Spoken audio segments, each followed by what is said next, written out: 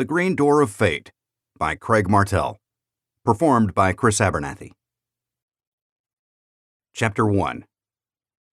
In our obscurity, in all this vastness, there is no hint that help will come from elsewhere to save us from ourselves. It is up to us. Carl Sagan. Dig site, Sagittarius Major, on the eastern edge of the Fermi Desert, Southern Hemisphere. A door unlike any other door. "Why are we here?" the foreman droned. His crew leaned on their shovels. A green door set into the bedrock of the substrate. Fossilized, but not. There was no going through it. It simply was, and it was not. Maybe it was Schrödinger's door. Dr. Samal laughed lightly to himself before waving at the workers. "Put them away. We'll call you when we're ready to dig." "You'll call and schedule. I'm not your slave. We have plenty of other work," the foreman declared, making a face and slashing his hand at the crew. "Pack it up." With newfound vigor, the workers collected their gear and, with a spring in their step, hiked away, following their foreman's lead. "That was disappointing," the professor's aide said softly. The small woman, shy on the best of days, watched them go. Now more comfortable in their absence, she straightened her shoulders before turning to the green door and staring in silence. 7 days, and we have learned nothing," the professor stated, as if attempting to shame the door into giving him an answer, or at least offer a clue. "If you would indulge me, please," the aide started. "Why did they put someone with a PhD in philosophy in charge of the Green Door project?" Samal had hired her because of her impeccable curriculum vitae, but had spent almost no time getting to know her before their arrival at the dig site. "Why indeed?" The professor was in no mood to answer the question, not right then. He needed to think about what would happen after having nothing to show for a week's work. How much time did he have before he would be called to answer? A deliverable, they had told him. They needed a deliverable. He had only questions. The Glory Star, Clarion, Sagittarius. The bar where most of the outpost's management decisions were made. People spent too much time there. And money. Way too much. Many complained that there was jack all to do on Sagittarius Major. And many complained just to complain. It had evolved into an art form all its own. The patrons came from all walks of life. Farmers and workers made up the vast majority of settlers. The planet was known for its nutritionally rich biomatter, which was launched to orbit, where it would freeze, then be consolidated and exported quarterly in massive freighters. Other workers became space ranchers, wrangling the loads from floating space buoys into container netting before strapping those to the freighter's superstructure. Little more than a network of girders and beams, space's supply chain took advantage of the lack of gravity, the vacuum, and the extreme cold to optimize shipments. And profits. The Glory Star, birthplace of the best and worst rumors, and the place they were resuscitated after the truth had killed them, and perpetuated until something better took their place. But the worst never died. Like a maleficent religion, they dug their claws into a human brain and never let go. "Aliens," the man declared, his calloused hands constantly in motion. Dark ale flecked his beard, and spittle flew from his mouth. "No schlock, it's aliens. A door solid within the rock? It's 1 billion years old, I heard." "1 billion!" The bearded man's eyes shot wide in wonder. He looked out the window at the gray sky beyond. "Looks like a drencher's coming. What's new?" His compatriot appeared to be a professional cubicle dweller, an office worker with clean hands, his eyes darting randomly around the star. But looks meant nothing. He was in the dive with everyone else, doing what they were doing. Gossiping. The office worker stirred the chum to draw out the sharks. I thought there'd be more visitors sucking off the government teat. Who wants any of those contractors out here? Stupid. This is a whole bucket of stupid wrapped inside a nice warm moron blanket. The farmer pounded his fist on the bar for emphasis before adding, Another round for my friend and me. The bartender held out his hand. The farmer waved his credit chip close enough for the soft ping to register payment for the drinks before the man started mixing them. A gin sour fizzy for the well-dressed knob, a stout beer for the farmer. The two clinked glasses before getting down to the serious business of bad-mouthing governments and their representatives, both near and far. Earth Central, Secretary General Benlow Dietrich. A modern office, loaded with technology and conveniences, all turned off. The Secretary General didn't trust any of it. He leaned back in his chair and looked at the printed pictures of the green door, an object that carried its own classified code word. But the real word had already gotten out. Too many space settlers, unsophisticated souls running their mouths. He shrugged. His internal conversation found no fault with the general populace of Sagittarius Major. No one kept secrets anymore. That was why the technology in his office was for show, not use. That was why he guarded every word. His assistant knocked politely on the door. Yes, he said softly. His assistant had uncanny hearing. He wondered if she was disseminating tidbits she had heard through the door. He had no evidence, but he remained wary. As a professional politician, he had political enemies on all sides.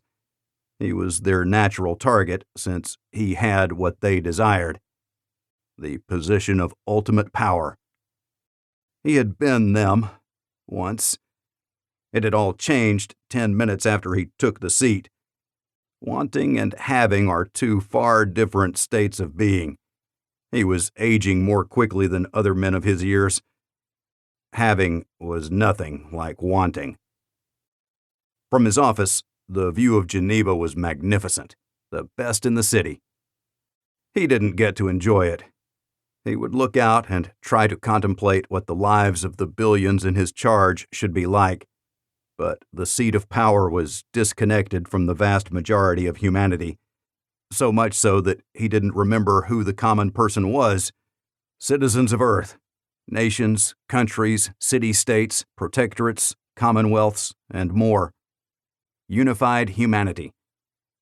The UH didn't get into individual governments' business as long as they paid their dues. Some paid more, and all received. And that was the source of his pain. He leaned back as a stout, petite woman opened the door. Your 2 p.m. is here. Secretary Anderson from the United States. Benlow plastered a false smile on his face. Send her in. I always look forward to her visits. He didn't. The Secretary General walked around to the front of his desk, where the tradition of sitting next to her would continue. He didn't use the furniture as a barrier against any of his guests. His antagonist today could be his friend tomorrow, or vice versa. It was the way of politics, and it was exhausting. She strolled in, fabulously accoutred, as if on her way to a masquerade ball. He didn't judge. Such a fine day for a visit, he told her, as they each used both hands to shake warmly. How have you been? She asked as the first move. Pawn to King 3. A conservative effort. Never better. And you? He brought his knight out in a more aggressive counter move, challenging her to one-up his claim of superior health. I am ready to travel, she replied. He raised one eyebrow, the subtlest of plays, which forced his opponent to take her piece back and move again. Sagittarius Major. He ushered her into her seat. She had brought out the queen early to lay waste across the board. Then again, maybe she was playing checkers. "What do you wish to discuss, Secretary Anderson?" Benlow had tired of the game. He was now playing darts and had thrown his first at her face.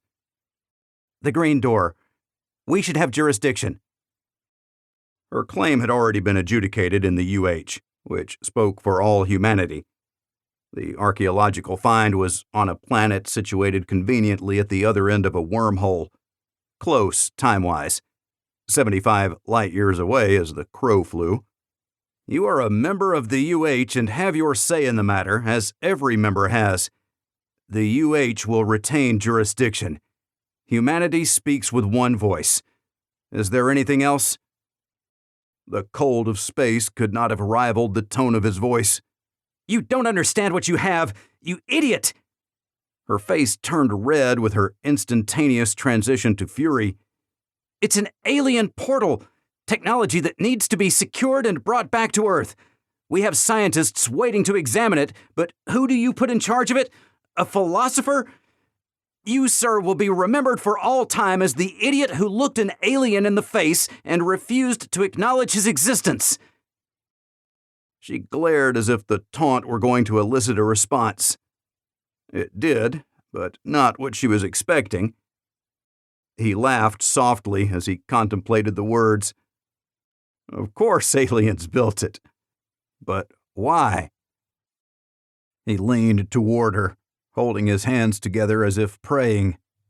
The scientists will get their turn in due course, whenever Samal decides to give them their turn. She ready to retort, but it fizzled before delivery. Secretary Anderson settled for clamping her mouth shut and shaking her head. Benlow stood. "One last thing. Please don't ever come to my office and call me names. Show yourself out." As if by magic, the door opened, and his assistant Beatrice held it for the ambassador's imminent departure. He turned his back on the woman and returned to his seat, angling behind his computer screen so he didn't have to look at her. What good was power if he couldn't wield it on occasion? She huffed on her way out. Checkmate. Sagittarius Major, on the eastern edge of the Fermi Desert, Southern Hemisphere. Samal sat on a folding chair on the rough ground and sat contemplating the implications of the green door. It was there, embedded in the rock, forcing him to dig through everything he knew. How was less important than what. Had it ever led anywhere? Who had built it? If he could figure out why, then who might present itself? Alien or not? Had to be. Surrounding rock was 1 billion years old, but the door was newer. Science had already had its chance, and it couldn't give him an answer.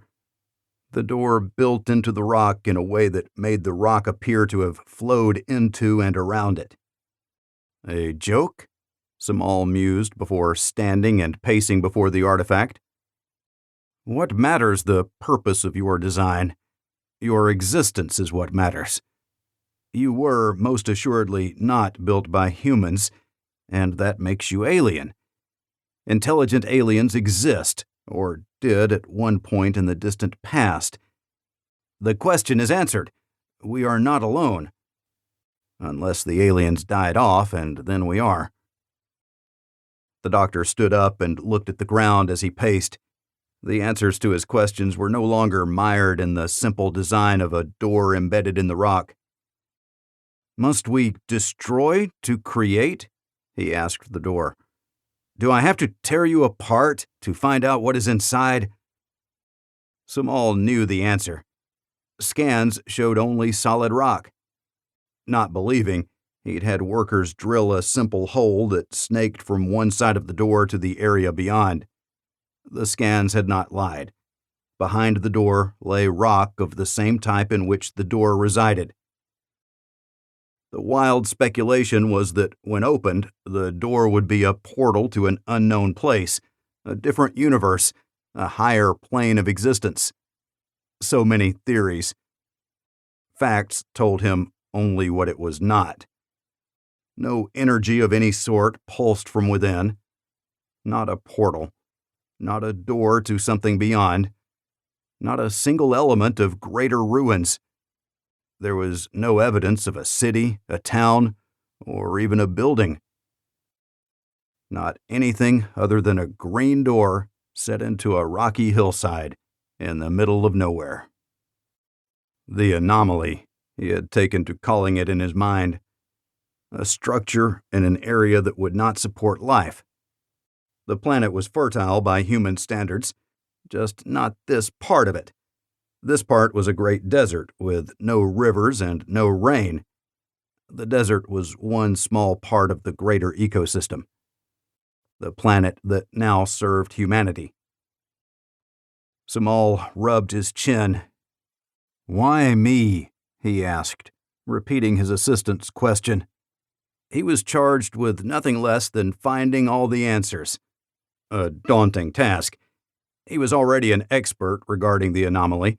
He knew more about it than anyone else, but the sum total of his knowledge was unimpressive. He had proven nothing. The galactic expert, the green door, a fertile planet far from home. "Tell me your secrets," he pleaded. The Glory Star. "Earth?" The farmer slurred his statement-turned-question. "They ain't got no right to be telling us how backward we are." The office pogue raised a drunken eyebrow. "We're slaves to Earth." "Revolution!" the farmer declared, punching a fist into the air. The bartender reached across the bar and grabbed both men by their shirts. "I don't want any trouble in my bar. Go home, sleep it off, and get back to work. We all have jobs to do. Starting a revolution isn't in any of the descriptions. This is a good life we have here. Don't screw it up by being stupid." He pushed the two away and pointed to the door. The farmer leaned backward until he started to fall in slow motion, his hand grasping at empty air. He landed flat, smacking the back of his head on the floor. The sound made the others in the bar wince. The farmer groaned and reached up to caress his throbbing head. The bartender looked. No blood. He blew out a breath in relief. "That'll teach you," he called to the prone man, who was making no move to get up. The well-dressed lackey blinked, pointed, and started to laugh. "And you two idiots are going to start a revolution?" The bartender grumbled, raising one eyebrow when the office worker attempted to fix him with a drunken glare. "Another round for my friend and me," he declared. "Only if you behave." The tone was commanding, but he was already pouring the drinks. He would keep serving as long as they kept paying. "Banner crop?" "Like never before." The farmer's half-smile displayed his pride, while his friend helped him off the floor. "Then why are you whining?" The bartender pulled out a polyacrylic glass to buff the water spots from it. "Just making a point," the farmer said, avoiding eye contact. "Be thankful for what you have. I hear there were more food riots in old India." Both the men accepted their new drinks and nodded knowingly. "We do have it pretty good here." "All kinds of good," the office pogue agreed.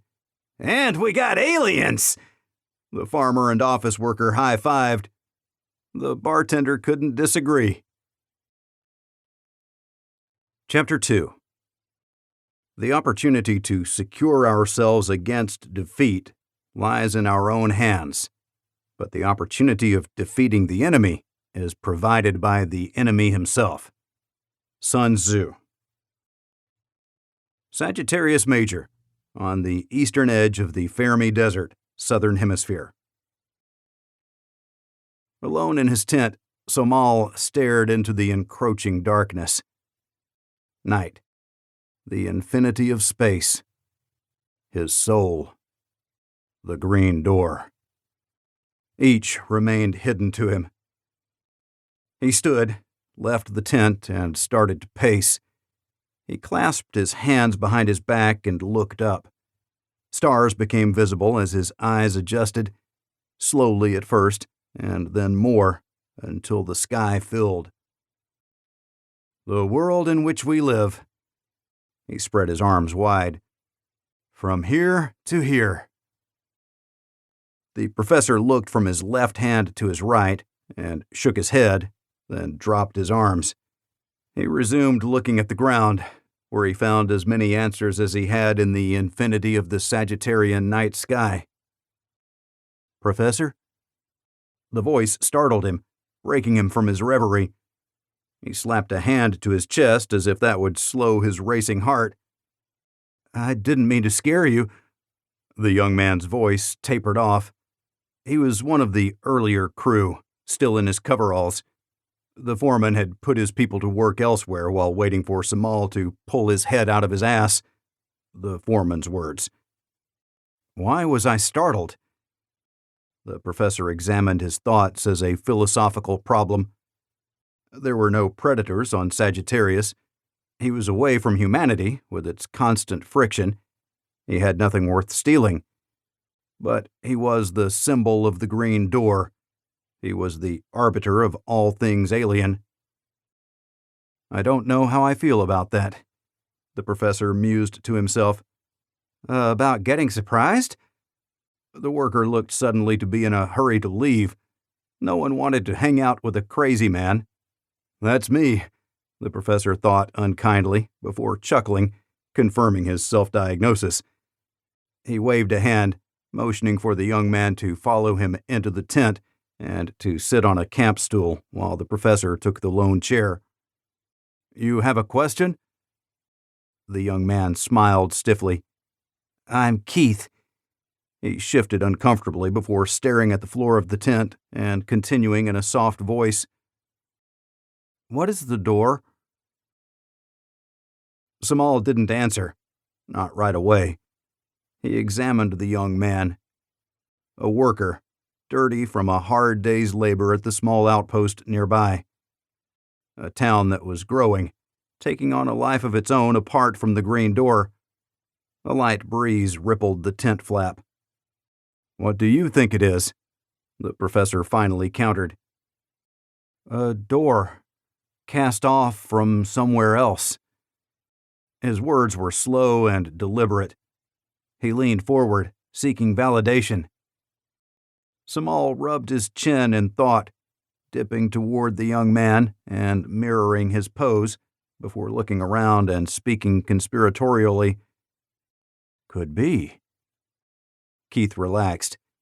His smile was infectious. The professor found himself leaning back. I've been thinking about that all day. Sorry about the foreman. The young man didn't finish his measured words. He was probably used to getting interrupted, but Samal wasn't that impatient. He spent his life listening to understand. He would write his thoughts later if they were worthy of the ink. I'm the one who is sorry. My plan was based on the hope your crew would find a clue that would tell me which way to go next. You don't need to apologize. Keith's sincerity made the professor smile. Samal leaned back as far as his chair allowed, clasped his hands in his lap, and looked up as he started to speak.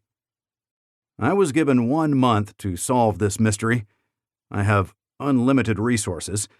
Well, unlimited insofar as what I requested over a month before coming here and seeing what I might actually need. Way back when, nearly a generation ago, the scientific tests had been done, but infighting dragged the project to a halt because the data were inconclusive. They shuttered the Green Door project because the leaders didn't believe humanity could handle the truth. I didn't know there was anything out here, and I've lived here my whole life. The young man crossed his arms and gazed at the professor. There were rumors, but who gives those any credibility? They were true, weren't they? A jibe. The young man nodded. The professor motioned toward a small refrigerator. Can I offer you water? Keith's eyebrows went up, and he stopped nodding. He was frozen in place. Ah, It dawned on the professor. Something a little stronger? The young man's change of expression revealed his hopes. From the bottom drawer of his field desk, the professor removed a lined stainless steel bottle filled with a 40-year-old single malt scotch. I brought this to celebrate the success of revelation, but we shall drink instead to all that we've learned. The sum total of our knowledge consists of what it is not, and that has the caveat of a definite maybe. We're drinking to what we don't know? After a fashion, yes. The professor shared the liquor sparingly, looking at the golden amber with remorse as it spun within his metal cup. The young man downed his quickly and held the cup out for more. Samal ignored the gesture as he took a sip, and, eyes closed, savored his favorite drink, letting its oaken undertones wash across his tongue. "I didn't know you had company," the professor's aide said from the entrance to the tent. The young man jumped to his feet and pushed the stool toward the young woman.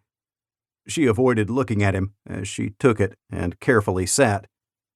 The scent of patchouli wafted through the tent. Keith tried not to stare, and failed. "Keith, meet Rebecca, my aide through this misadventure. Rebecca, meet Keith." The professor leaned forward. "We were discussing his thoughts on the green door." She nodded. "Any revelations?" "I think it was a cast-off from somewhere else, but I don't have any proof." Keith sat on the floor and started searching for a way to get comfortable. Rebecca pursed her lips before sitting still. Her eyes drifted to the bottle. "I'd offer you a drink, but I have no more glasses." He put the bottle back in the drawer without waiting for an answer. While no one talked, he took another sip and wished they would leave him to himself. As if hearing his thoughts, Rebecca stood. Keith rocketed to his feet and was already holding the tent flap back for her. The professor expected she could see the impatience on his face. "You stopped by for a reason?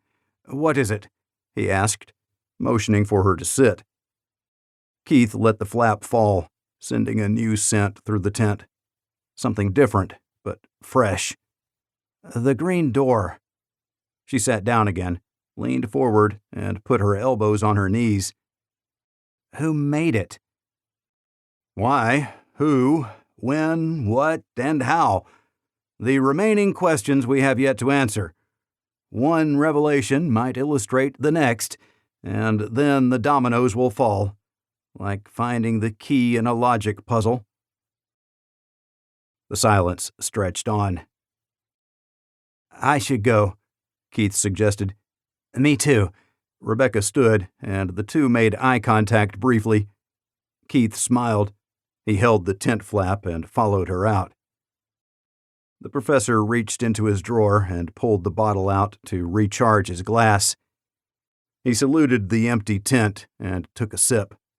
"Here's to you, Green Door, for bringing people together and tearing worlds apart." Earth Central. "No!" The Secretary General's hand started to shake. He looked at it, but it refused to calm down. Flexing didn't help. "We need answers. We need leadership to mobilize for war against the aliens." The European contingent shook their fists and glared at Benlow. "Without us, you wouldn't be in that chair, and you know it. You risk your position if you defy us." The hand relaxed once the threat was out in the open. Subtlety wasn't their forte, and for that, the Secretary General was glad. He crossed his arms and peered at them, a grin creasing his face. "War, with an alien race that's been dead for 1 billion years, the only testament to its passing, a green door to nowhere. Has humanity grown so weak? Did you expect that we would never find other intelligent life? I'm surprised we haven't seen more. There will be no war. There is no reason to waste resources on folly." "Where is the report that confirms this race is dead? Why are you holding out on us?" "There is no report, because there is nothing to report. Give the man some time. Benlow Dietrich traced the strain that had afflicted his hand. It had crawled up his arm and was now in his temple, making it throb until his eyes started to twitch. We need the information now! More fist shaking. The Secretary General had never liked people coming to his office and making demands. He was rarely in a position to grant anything without getting dozens of others involved. He wasn't about to jump through his butt for someone's personal politics. That was the power of the chair he couldn't wait to vacate. There is no information. You'll get it with everyone else when our on-site expert issues his report, and not before. You need to control your speculations. You can fan the flames or put them out. That is within your control. Getting the report and influencing this august body is not. The Secretary General pointed to where his prescient assistant waited, holding the door open. This meeting is over. Thank you for your time. The bluster continued, but Benlow tuned it out. The delegation left after the Secretary General turned his back on them to look out the window. No peace. Anywhere. You're 115. Beatrice spoke softly. Benlow raised a hand to wave off the next appointment, letting it linger in the air before changing his mind. Show them in, please, B. He spun his chair to see the Pan-Asian delegation march through the open door. It closed quietly behind them. He stood and bowed slightly, 15 degrees, as social graces warranted, and they would either match him or bow lower to show deference. 15 degrees. Equal footing. In unison, they sat. He sat again and waited. His tolerance for small talk was at an end. Riots in Europe. He hadn't seen the news, but expected there would be riots in Beijing, too, and that was what the group would talk about. What was the Secretary General going to do about it? Nothing. The 4 members of the delegation quietly watched him, sitting upright, unwavering in their posture. After 5 minutes, he was the first to speak. Beatrice, please show the Pan-Asian delegation out. I have no time for staring contests. Checkmate. That acted as the catalyst for action. The delegation thought the game had just begun. You need to tell the world that we are under attack. Confirm what we know, and then we must defend ourselves. If I confirm anything, it will be that there is nothing going on, and we are most assuredly not under attack. Have you heard the expression, tail wags the dog? Benlow gestured toward the door. Your appointment is finished. Beatrice moved between the delegation and the Secretary General. You force us to take matters into our own hands, the delegation declared, but they bowed before they left. Benlow remained seated until they were gone. B reappeared to announce the next appointment, but was stopped by the look on the Secretary General's face. Cancel my appointments for the remainder of the day. I have travel arrangements to make. She stepped into the room and closed the door behind her. An interface tablet materialized in her hand as if by magic. Details of your trip, Secretary General? I'm going to Sagittarius Major to see the green door for myself. The world can calm down as I carry the banner for united humanity into the great unknown, confront the aliens on their world, and make it clear we won't be trifled with. She closed her eyes and took a deep breath, then smiled and started the ball rolling. Of course. I'll arrange for you to leave as soon as possible. He silently thanked her for not responding to his sarcasm. When the door closed behind her, he turned to look out upon the city as he crafted the press release in his mind. Unified humanity. May the glory of your day shine on all. I will venture alone to the distant world of Sagittarius Major, a place where aliens once lived. I will show our banner, and should an alien threat be discovered, I will return with a request to build our fleet to defend Earth. I ask that you commit your thoughts and prayers to one world, a place where we stand together as a single race, the lone force in the universe. Until then, unite for a common cause, Humanity. Peace. Signed, Benlow Dietrich, Secretary General. Chapter 3. Politics is the art of looking for trouble, finding it everywhere, diagnosing it incorrectly, and applying the wrong remedies. Ernest Benn. Sagittarius Major, on the eastern edge of the Fermi Desert, Southern Hemisphere. The professor groaned as if afflicted with kidney stones. Rebecca hurried to his side. "Are you okay?" No one ever asked that question when everything was normal. "We're getting a visitor." The aide leaned sideways to see the screen. "The Secretary General?" "It looks like my time is up." "But you haven't found anything yet," she parried. "Thank you for bringing that up." It was sharper than he intended and struck home with the deadliness of a dagger thrust. "I'm sorry, that wasn't meant to offend you."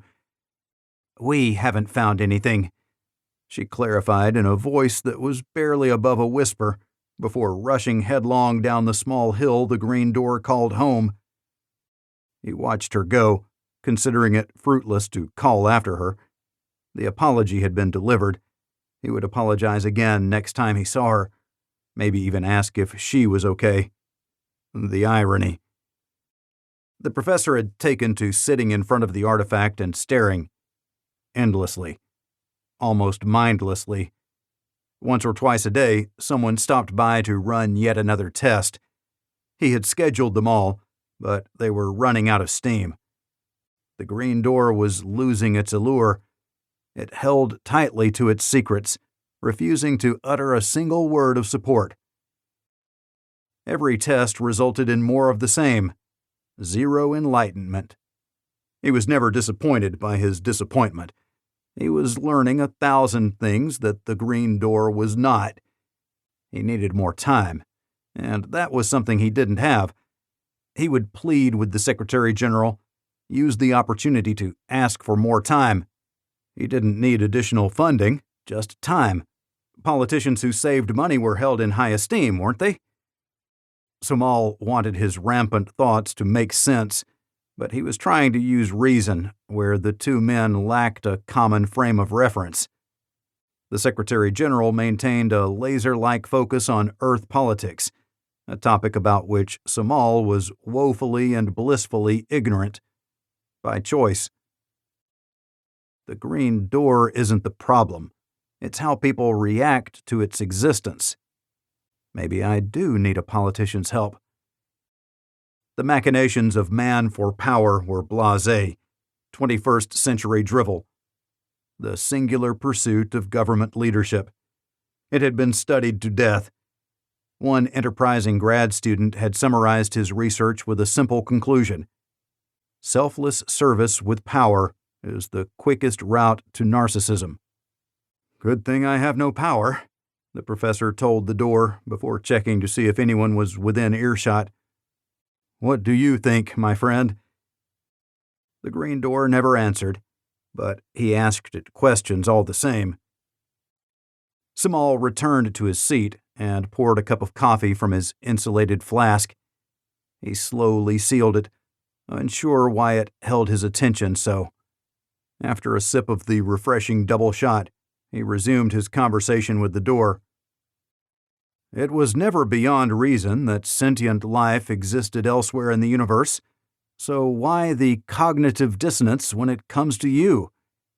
Maybe humanity is not sufficiently evolved to understand or embrace the fact that we were not here first, and through it all, you remain only a door, one that leads nowhere. Maybe Keith was right. You were attached to a building once upon a time and dumped here after a remodel. Occam's razor, the simplest explanation is usually correct." The green door remained stoic, never faltering or acceding to Samal's requests. "Speak, friend, and enter." A Tolkien approach. "Friend, amigo, pal, buddy." The professor chuckled quietly. "I'll add those to the list of things that were less than illustrative." A breeze blew. As usual, that was the way of the desert. The plants looked different from what grew on Earth, but the scents were too similar for the professor to tell the difference. Jasmine, yucca, and purple sage. Patchouli, but only that once. Maybe Rebecca had brought it. Keith hadn't seemed like the patchouli sort, but that was judging, something the professor strived not to do. The report won't write itself, my friend. I suspect the Secretary General will want something to take back with him so he can be the first to deliver my findings. Even if I caveat every paragraph with initial impressions or unconfirmed, this will be the only report anyone will ever see. The ways of humanity are not always wise, but they are what they are. I will temper my presentation, but the substance shall suffer. Unless you can give me one hint.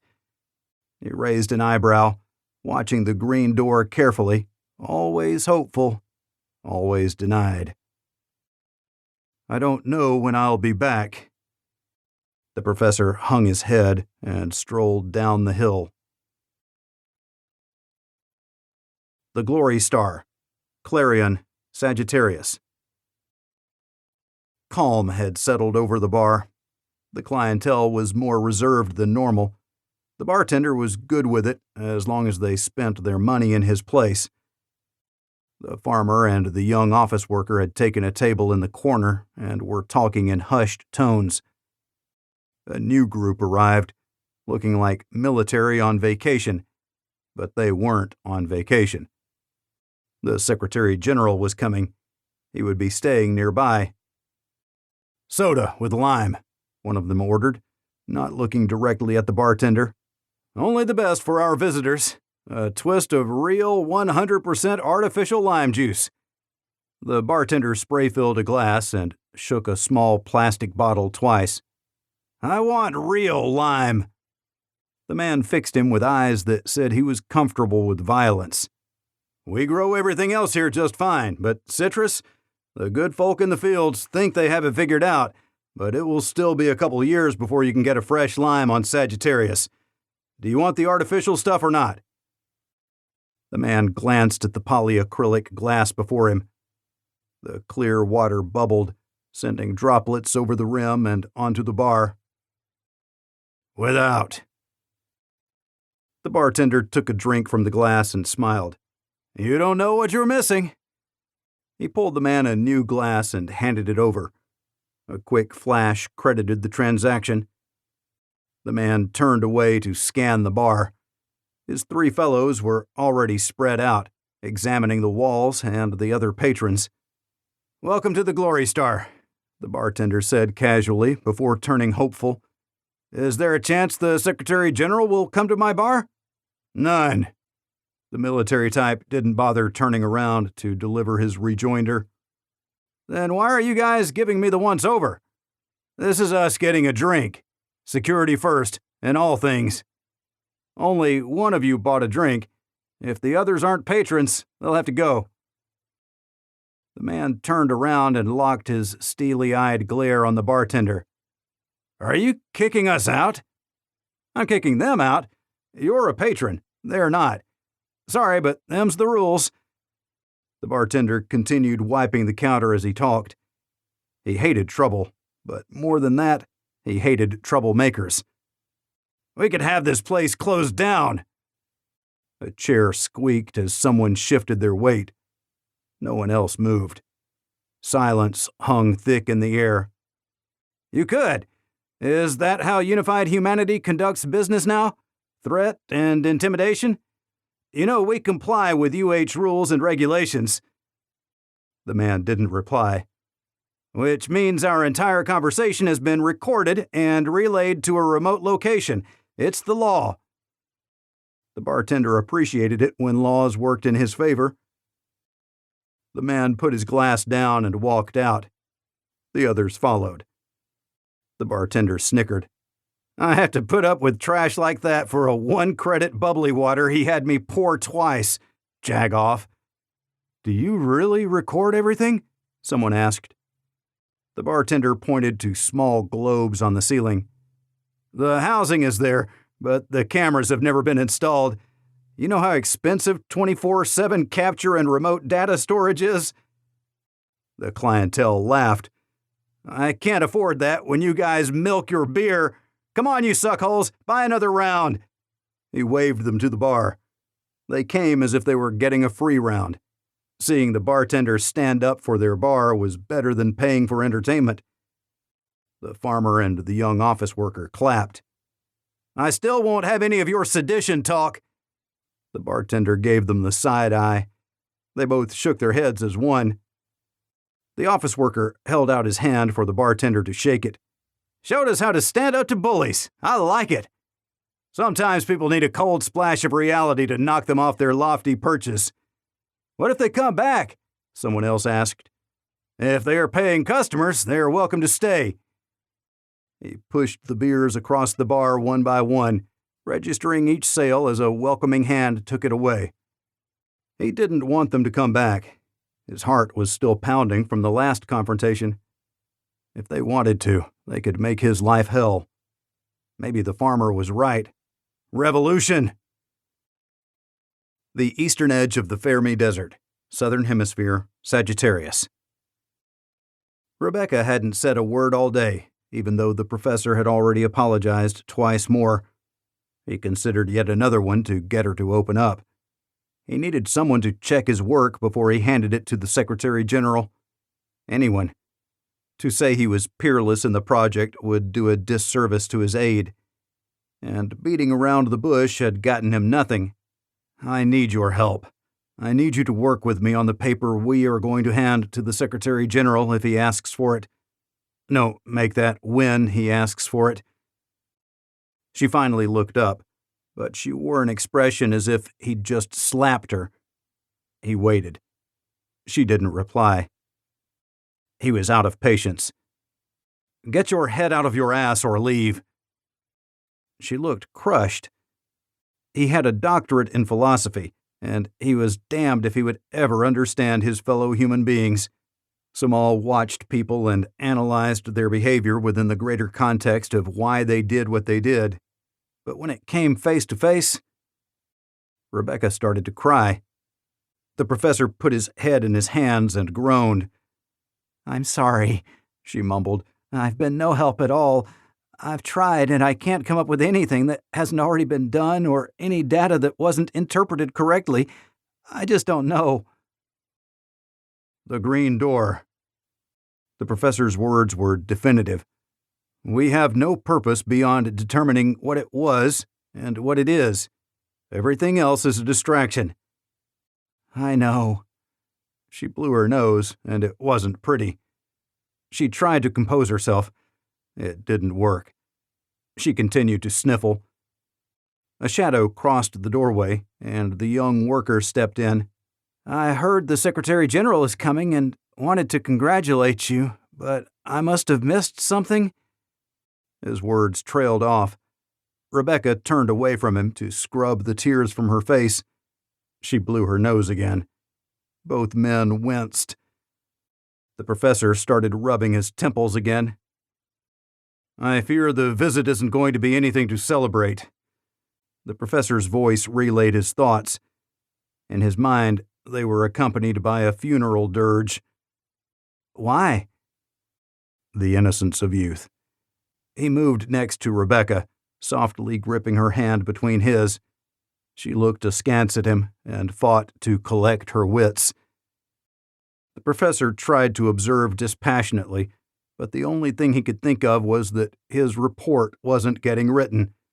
He couldn't review it, beat it up, rewrite it, or do any of those things academics did when producing a scholarly work. There was nothing to review. "My reputation will be ruined. Maybe it's time to retire." "Are you okay?" he heard Keith asking. Rebecca emerged from her shell, gently pushing the young man away. "We are under a great deal of stress, having to complete a full report before the Secretary General gets here. I let it get to me, but I'm better now. Shall we, Professor?" Jekyll and Hyde had nothing on his aide. Samal nodded, his expression neutral. He was determined to give none of his thoughts away. "The report is done, of course. You just need to massage it to perfection." The young man beamed. Samal turned the tablet so Keith could see. There was a working title and nothing else. "Oh my," the young man exclaimed. "You do have a conclusion, though, don't you? A theory you formulated?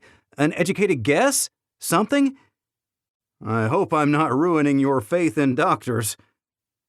The young man gritted his teeth and forced a smile. "I'll leave you to it then. If it were me, I wouldn't want to say it was aliens, but it was aliens." "I appreciate your advice. Wish us well. You won't see us again until after the Secretary General leaves.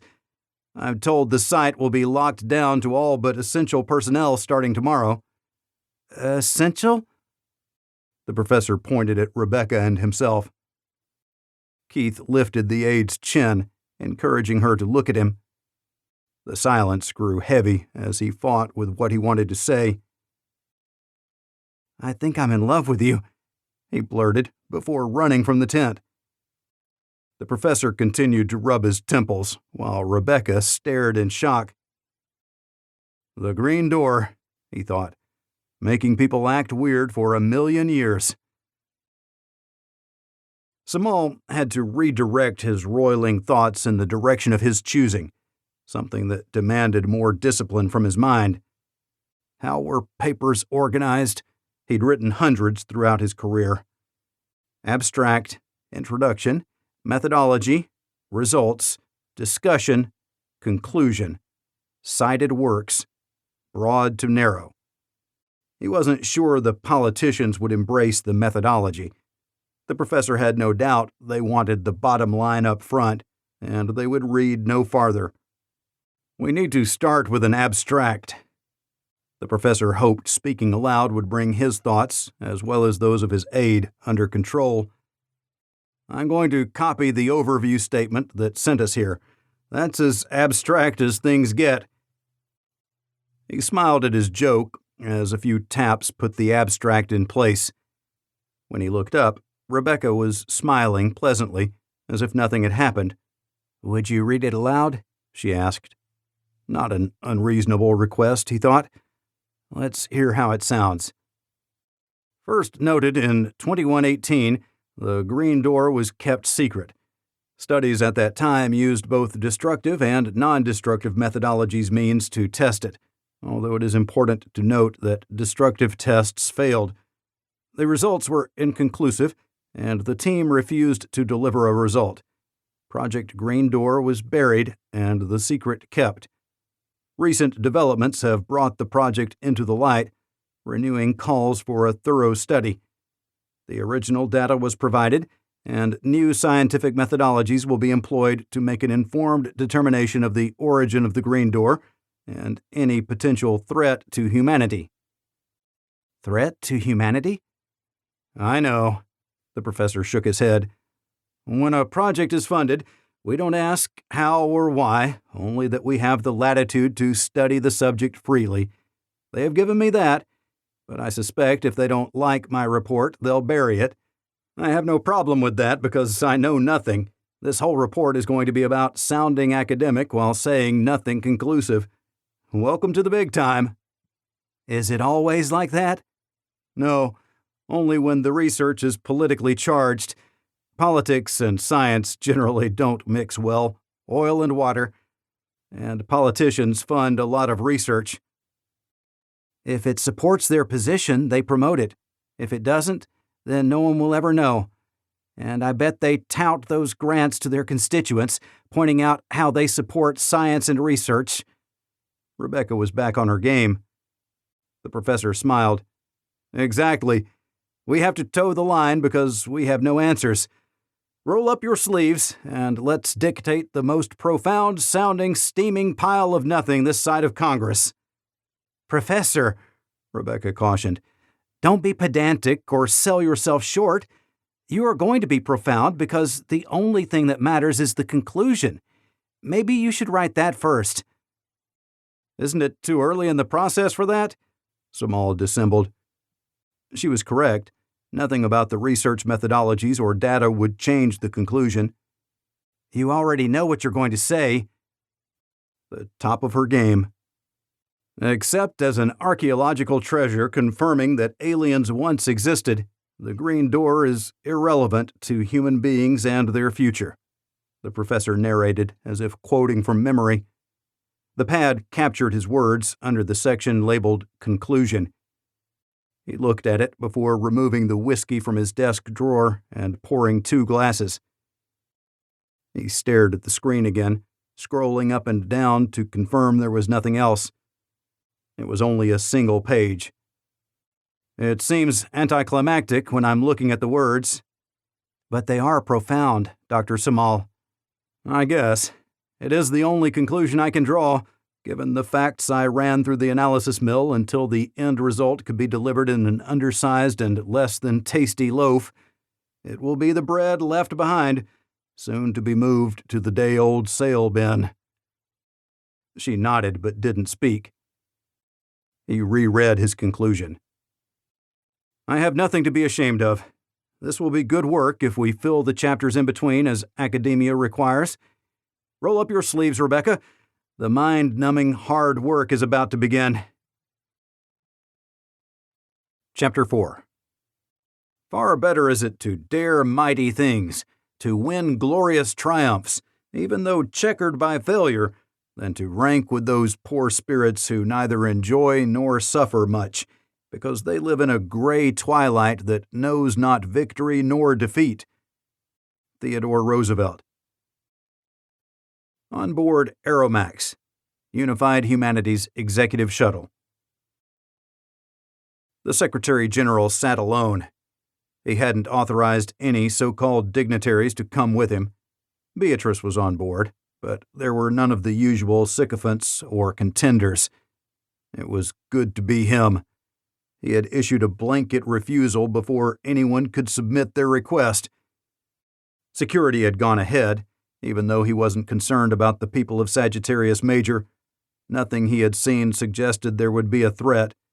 They had lives and a purpose that didn't involve Unified Humanities government. He couldn't remember a time when UH wasn't his life.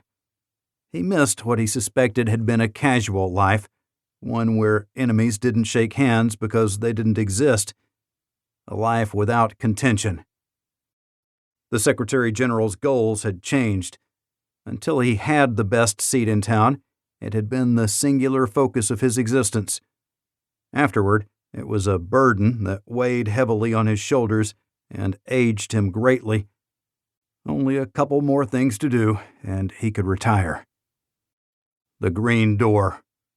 A monumental distraction from the issues on Earth. By personally going, he would disarm his enemies. So many enemies, and no adoration, no matter what he did. It was never enough, or right.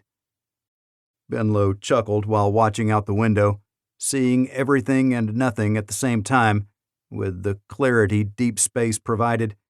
From the wormhole behind to the speck of light ahead that was Sagittarius Major was much nothing, under a backdrop of infinite stars. The calm. Time without a deadline. He closed his eyes. B, I know you can hear me. Yes, Secretary General. When he opened his eyes, his assistant stood before him. Take a seat, please. He waited until she was sitting, although she sat upright in what appeared to be the least comfortable way one could sit. We've been at this for 30 years. I've said thank you before, but there's more. Without you, I wouldn't be here. I know. Her answer wasn't arrogant. It was a simple acknowledgement of fact. When do you think I should hang up my spurs, so to speak? Beatrice didn't flinch or hesitate. As soon as you declare victory from this, you will have defeated everyone who had nothing else to criticize you about. Go out on top. The longer you wait, the more likely it is a crisis will arise that cannot be resolved. Your counsel is flawless. Benlow returned his gaze to space before continuing. Was it always about winning? Yes. Even when I had to destroy people who deserved to be destroyed? Shine the spotlight on the behaviors you want to change. I'm not sure I understand what that means, B. Cockroaches like to do their business in the dark. The Secretary General turned to face his assistant. Cockroaches? Some of the most powerful people in the galaxy, and that title suits them well. Destroying them by bringing their actions into the light was merciful. Her back remained ramrod straight, and not a hair moved or muscle twitched.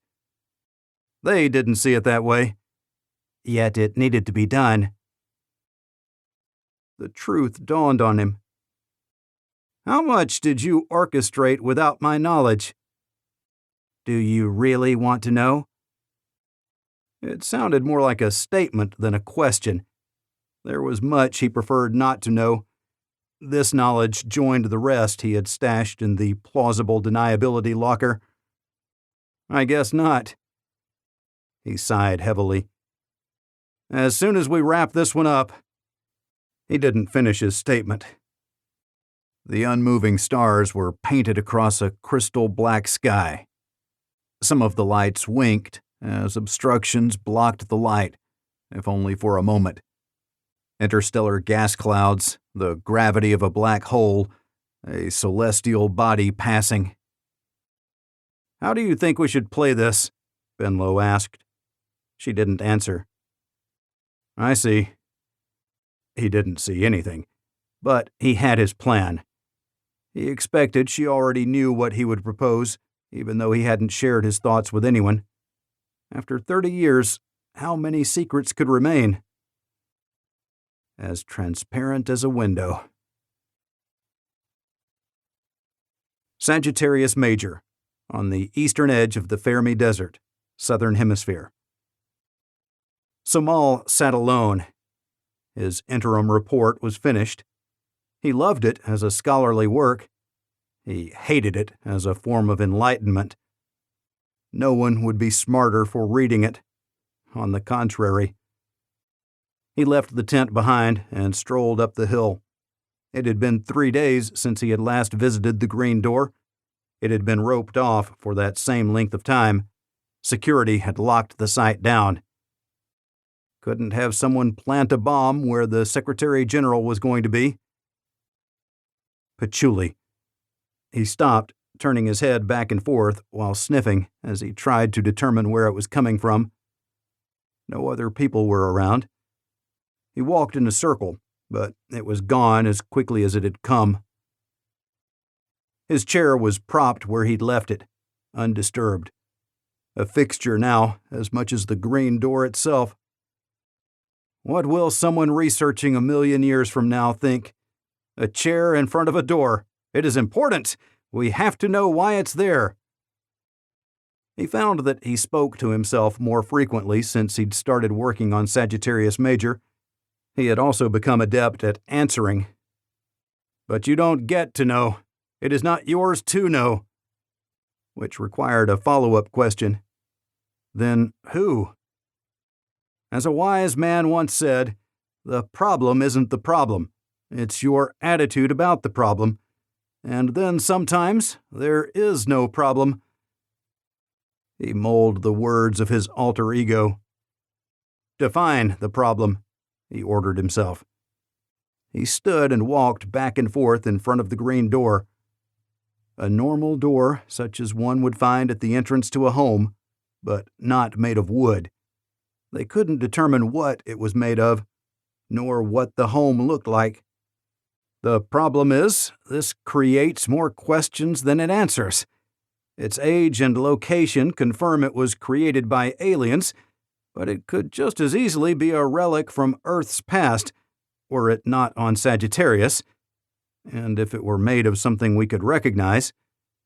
A door for humans, but not made by human hands, unless humans aren't indigenous to Earth. Is that a different problem? The problem is, who built the Green Door? Satisfied with his conversation, he turned. the smile fading from his face as he found Rebecca and Keith standing there watching him. He couldn't take his eyes off their hand-holding. They seemed to be doing it casually. "So?" Keith started slowly. The professor hated statements which started with that simple word. The phrase that followed was too often hearsay, speculation, or something designed for the juiciest of gossip. "Who built the green door?" Samal relaxed and shrugged. "The door's shape and size suggest someone humanoid. We will never know more without discovering anything new.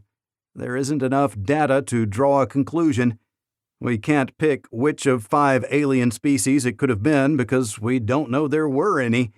There could be hundreds, or there could be none, if the species who built this is extinct." Keith nodded, satisfied with the answer. "How did you get in here?" the professor asked.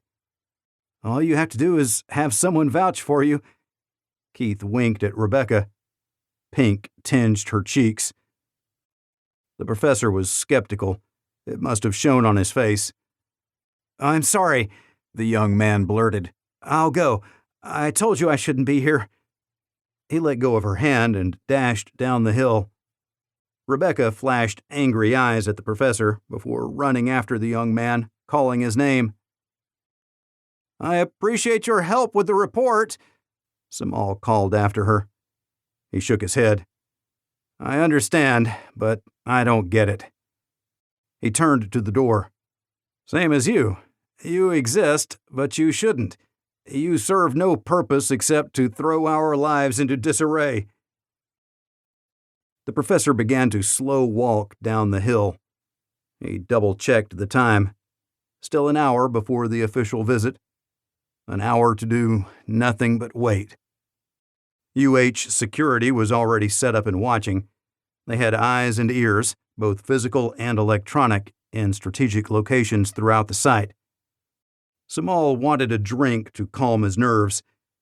He trudged to his tent as if he were going to his own funeral, wondering if they had put a device under his desk to monitor the conversation. He'd have to remember that when he spoke. He was glad that no one was in his tent. He took his seat and tried to reread the report, but couldn't stomach it. He looked at the bottom drawer, but didn't open it. Samal expected they were already watching. He leaned back and closed his eyes while his mind raced. "Professor?" Rebecca's voice sounded small in the back of his mind, but it grew louder. He opened his eyes to find his aide standing next to a distinguished gentleman dressed in the latest wilderness chic. He stood quickly, almost knocking his chair over as he tried to blink away the cobwebs. "Secretary General Dietrich, I am Dr. Samal, and this is Rebecca," he started, reciting the short greeting he'd prepared. "We are honored that you have come this far into space to see our work for yourself." "Call me Benlow," the Secretary General replied warmly. He offered his hand, and the two shook. "Rebecca and I have already met." He felt the sting of being absent when the entourage arrived on site. "I trust you received your schedule." Samal fought to get his thoughts in order. They'd prepared a quick schedule that started with a visit to the green door. The professor gestured, but the Secretary General waved him off.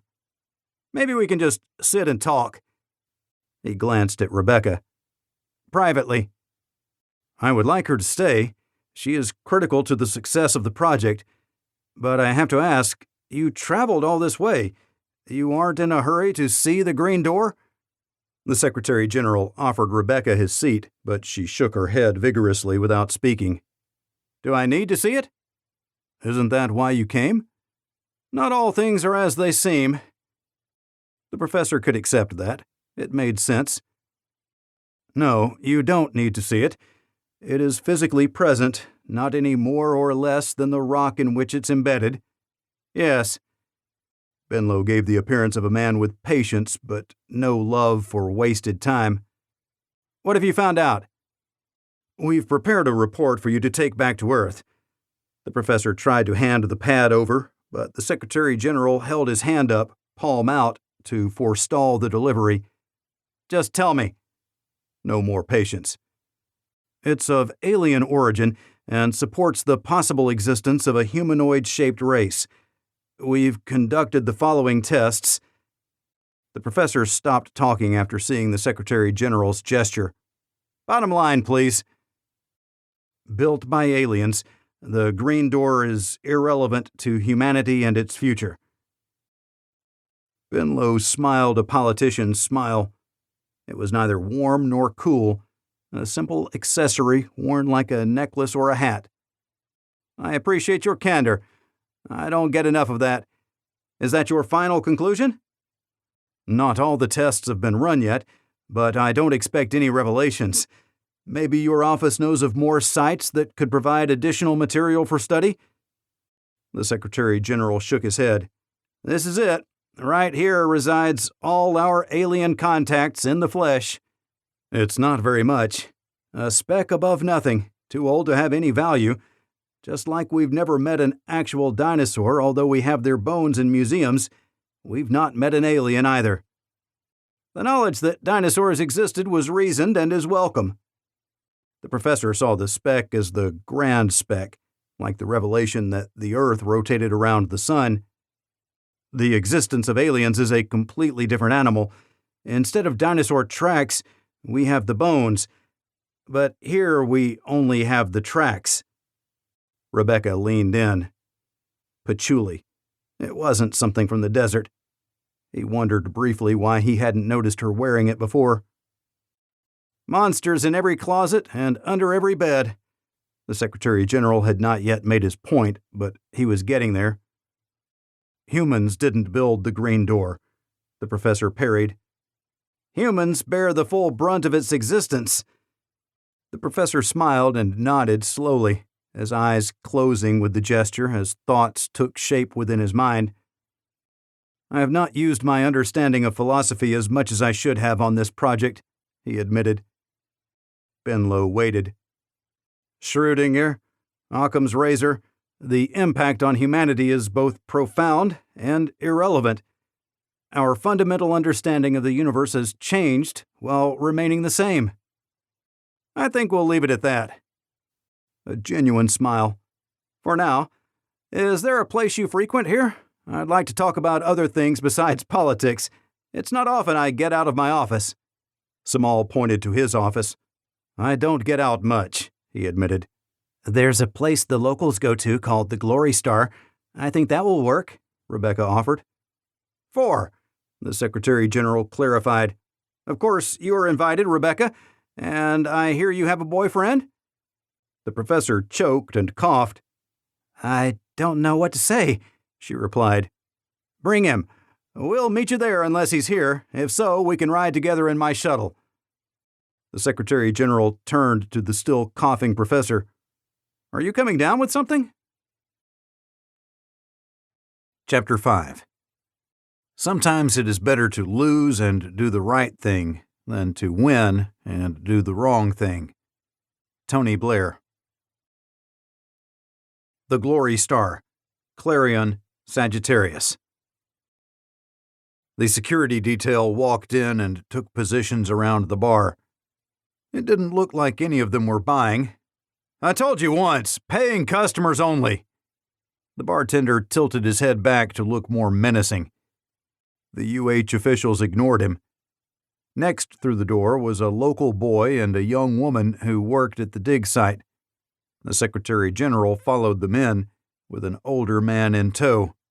I thought you said they wouldn't be coming in here, the bartender grumbled to the sparkling water-drinking security guard before he realized the Secretary General was staring at him. Welcome to the Glory Star, Secretary General. Always a salesman. No offer of free drinks. Willing to sell the crew anything they wanted. A table for 4, please, the older man requested.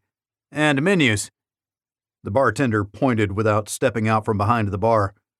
The farmer and the office worker moved from their table to the counter so they could see better. One of the security team positioned himself in between. That's him, isn't it? The farmer asked. The bartender smacked him on the arm. I already told everyone that. Don't you listen? The office worker nodded. If you have any grievances, now would be the time. But they preach 3-to-1 at the office." 3-to-1? What the hell are you talking about? The farmer tensed in his confusion. 3 good things for every opportunity for improvement. The farmer agreed with a one-shoulder shrug. "Mr. Secretary General, I need to say my piece." The security guard cut an imposing figure through whom the farmer would not go. "I'm here to learn," the security guard stated smoothly. "First off, I like being left alone to grow my crops and bring them to market, so thank you for that. I also like the regular shipments of supplies from Earth. Hell, and sending everything to Earth. It makes everything easy." He stopped and ticked off the points on his fingers. He held up 3 to his office friend. The young man countered with 2 fingers. He considered his position while swaying slightly, and after a few moments, he added another point. "And I like that we have good booze in the glory hole." The handful of patrons snickered. The bartender groaned.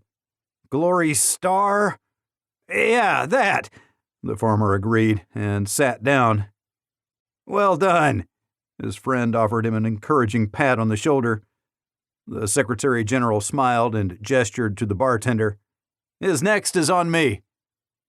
They gave their orders, and Keith called them out loud to the bartender. He tapped them into a screen, and someone on the other side of a pass-through window moved to the grill. The professor and his group were not ones to make small talk, but the Secretary General regaled them with stories from the interior workings of unified humanity. He made it sound like fun. Samal nodded politely and laughed when appropriate, knowing it was anything but. The Secretary General still hadn't shared why he had personally chosen to visit Sagittarius. When the lunch of burgers and fries made from a local root vegetable was served, the 4 pounced, eating as a respite from making polite conversation. The Secretary General ate half of his before continuing in a voice loud enough for all in the bar to hear. "I have way too many opportunities to eat, and too few to work off the calories. I know this was uncomfortable for you. I should have let you know before foisting myself upon this fine community, but you have been supremely gracious hosts, and I can't thank you enough. I'm sorry to find that the Green Door was an elaborate hoax, and I'm glad to have seen it for myself." The professor's jaw dropped. Rebecca scrunched her forehead as she reviewed the words in her mind. But, the professor stammered. The Secretary General's features froze as he held up a hand and shook his head almost imperceptibly. "I'm sorry the computer destroyed your final report. Maybe in time you'll be able to recreate it." Benlow didn't want any record of that report. He leaned over the table. "Shall we keep Schrödinger's box closed, Dr. Samal?" "I thank you for the opportunity," the professor found himself saying. Secretary General Dietrich stood, waved, turned, and strolled out without a backward look. The entourage disappeared into the waiting shuttle, doubtlessly to return to Earth without making any other stops. "Who gets the bill, including the farmer's beer?" the bartender asked, looking pointedly at the professor. Samal chuckled and pointed to himself. "A politician with his hand in the common man's pocket. Go figure," the office worker muttered. Dig site, Sagittarius Major, on the eastern edge of the Fermi Desert, Southern Hemisphere. A door unlike any other door. Samal sat alone before it, no longer under pressure to find answers to the unanswerable. His job was done, but his funding had been continued, maybe to keep him there, maybe to continue the search for extraterrestrials. He assumed the former. Once again, humanity had embraced its role as the only sentient species in the universe. The professor couldn't be sure it wasn't. He was only certain that it hadn't been the first. The end. This has been The Green Door of Fate by Craig Martelle. Performed by Chris Abernathy.